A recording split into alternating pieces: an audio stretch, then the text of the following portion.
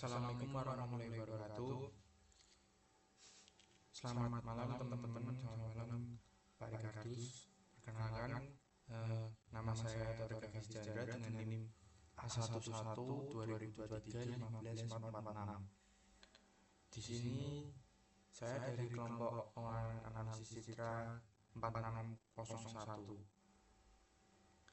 Saya akan mempresentasikan dan memaparkan hasil dari jurnal paper dari kelompok saya. Oke, next.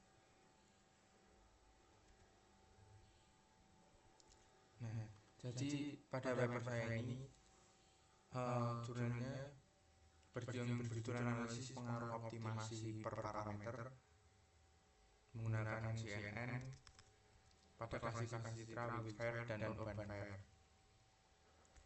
Nah, untuk kelompoknya sendiri ada 4 anak. Yang pertama ada Tasya, Pratama, Muroni, kemudian ada saya sendiri.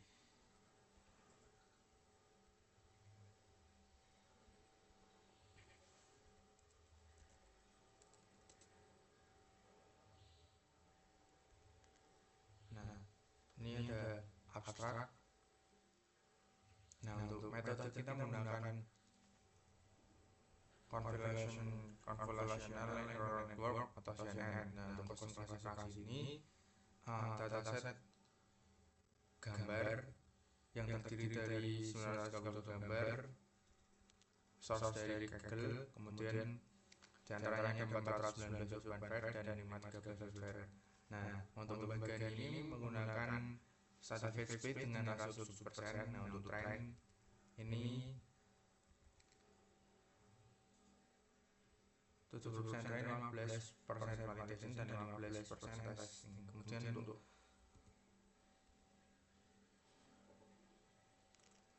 menganalisis pengaruh learning rate itu kita ada menghasilkan pouch di 30 hingga 60, 30, 60. Kemudian untuk prinsip menggunakan variabel yang berubah, evaluasi dengan menggunakan metric accuracy, position, recall, dan advanced score, dan pada tes setnya.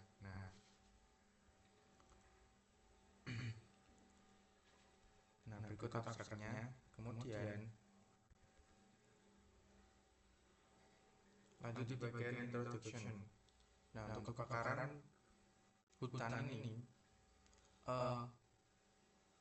pada laporan United States Fair, US Fair Administration mencatat bahwa pada tahun 2020 terjadi lebih dari 1,5 juta kasus kebakaran di Amerika Serikat dengan total kerugian finansial mencapai 18,1 miliar US dollar. Nah, ini ada pengenalan di awal dan merujuk ke Indonesia. Itu juga ada kebakaran hutan, lahan karhutla, juga menjadi isu tahunan yang berdampak pada polusi udara, kesehatan masyarakat, dan hilangnya keanekaragaman hayati. Nah, ini hanya pengenalan.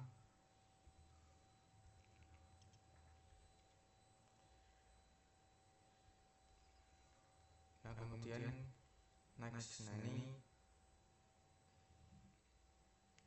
pada penelitian bertujuan untuk satu membangun model CNN custom untuk klasifikasi biner citra with fair dan urban fair pada disaster image dataset. Nah, ini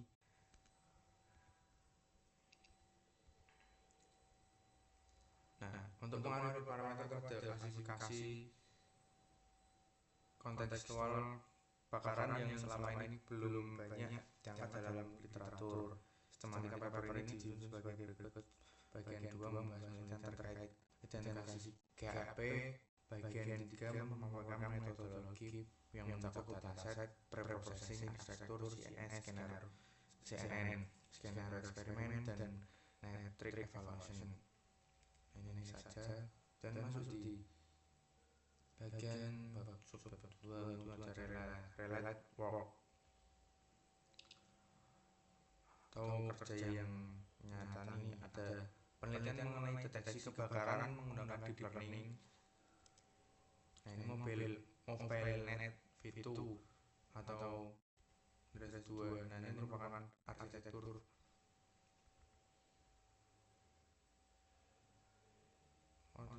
kebakaran relatif kecil. Nah, ini juga ada hasil akurasinya dari MobileNet V2. Kemudian untuk hasil ini juga akurasi 98,42%, presisi 97,42, dan rekalnya 99,4%. Nah, namun penilaian ini hanya membedakan keberadaan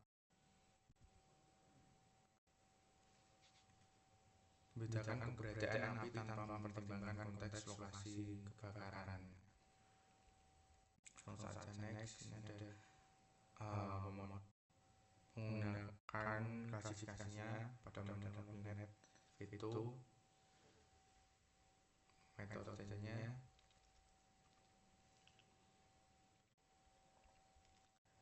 next.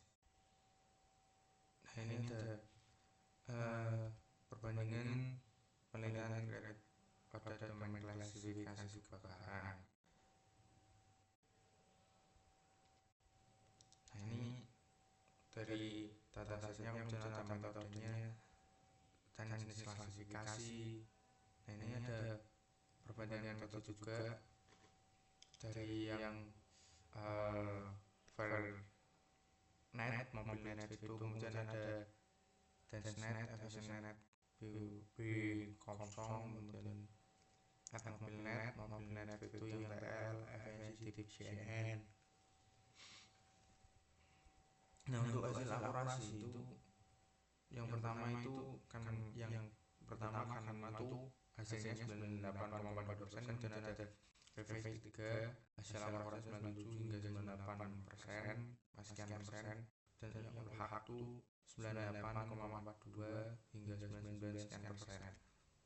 Nah, untuk yang terakhir ini tidak diketahui atau kosongnya. Ini kita masuk bagian metodologi. Bagian ini menjelaskan seluruh proses penelitian mulai dari pengumpulan dataset, preprocessing, perancangan hasil CNN, konfigurasi eksperimen, hingga metrik evaluasi yang digunakan. Nah, ini dataset pembagian data. Nah, ini ada subsetnya to train, validation, data testing.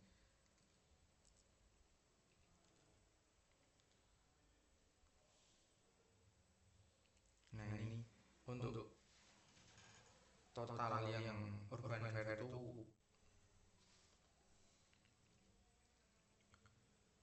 dari ketiga subset ini ada 419, yang untuk welfare-nya ada 512. Nah, total ada 932. Dan untuk presentasinya ini hampir 100%. Nah, kita masuk ke tahap preprocessing.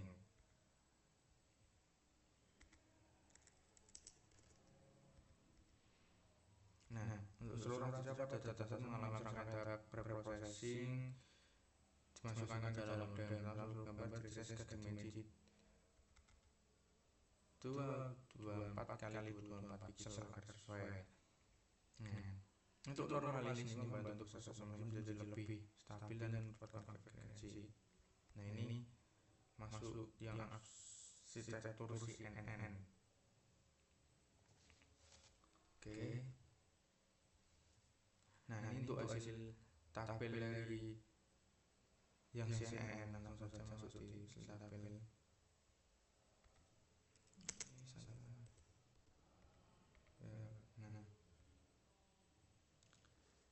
Nah, jadi garis besarnya itu untuk aktivasi yang ada dan terbaca itu dari yang conv 2D itu konfigurasi 32 filter 3x3 padding SAM. Kemudian untuk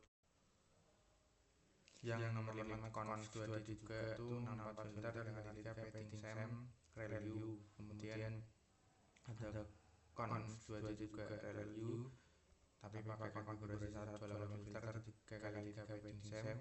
Kemudian ada dense itu konfigurasinya 256 unit, output setnya 256 juga. Aktivasinya di rel juga. Nah, untuk yang terakhir ada dense output, aktivasinya 1 unit untuk output set 1 dan aktivasinya sigmoid. Nah, jadi arsitektur ini bersifat tetap di seluruh skenario eksperimen. Yang divariasikan hanyalah hyperparameter training fungsi. Yang digunakan adalah binary cross entropy.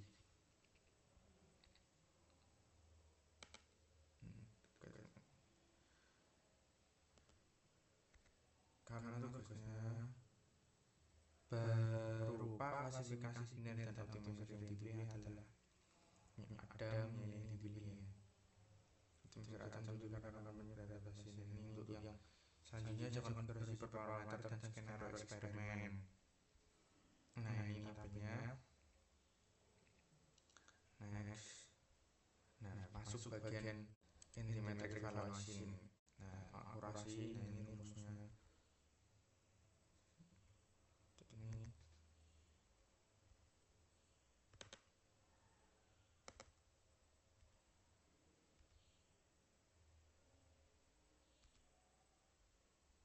Nah, advance score. Satu kali precision kali rekal atau precision plus rekal. Nah, jenis diskusi dari advance score merupakan harmonic mean dari precision dan menunjukkan seimbang antara keduanya. Nah, untuk precision diskusi keseluruhan eksperimen, bagian ini menyajikan hasil eksperimen dari ke-6 skenario disertai analisis pengaruh masing-masing berparameter. Nah, ini adalah langsung hasil keseluruhan eksperimen. Ini. Nah, berikutnya di analisis pengaruh learning rate. Next, analisis pengaruh batch size. Nah, ini. Kemudian analisis pengaruh jumlah epoch. Nah, ini ada juga. Perhatikan 30 sampai 60, sedangkan S5 yang menggunakan epoch ya. Nih. Nah, next. Nah, ini tabel dari perbandingan baseline versus skenario terbaiknya. Ini ada akurasi proses yang rekalnya, kemudian ada advance score. Nah, confusion metric. Nah, ini. Next, learning curve. Lanjut bagian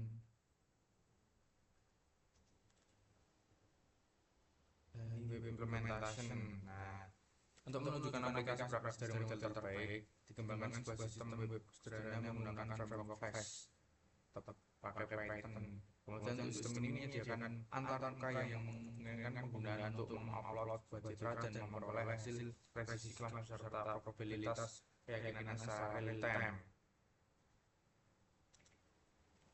Nah, jadi hasil prediksi welfare atau unfair serta probabilitas disampaikan kembali. Ilustrasi antarmuka web dapat dilihat pada gambar 3.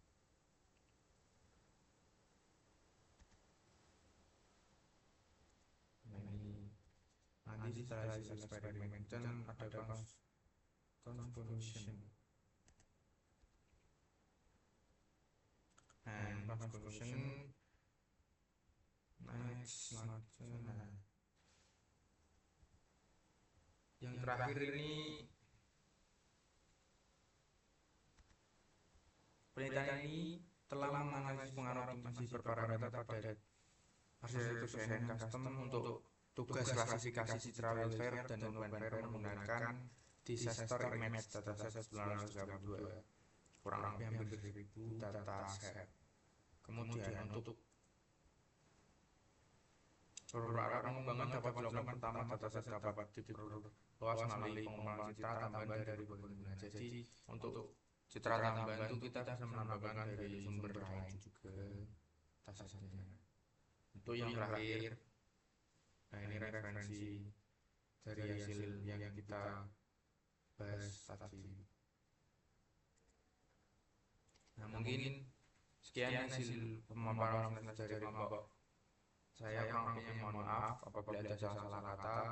Sekian, Assalamualaikum warahmatullahi wabarakatuh.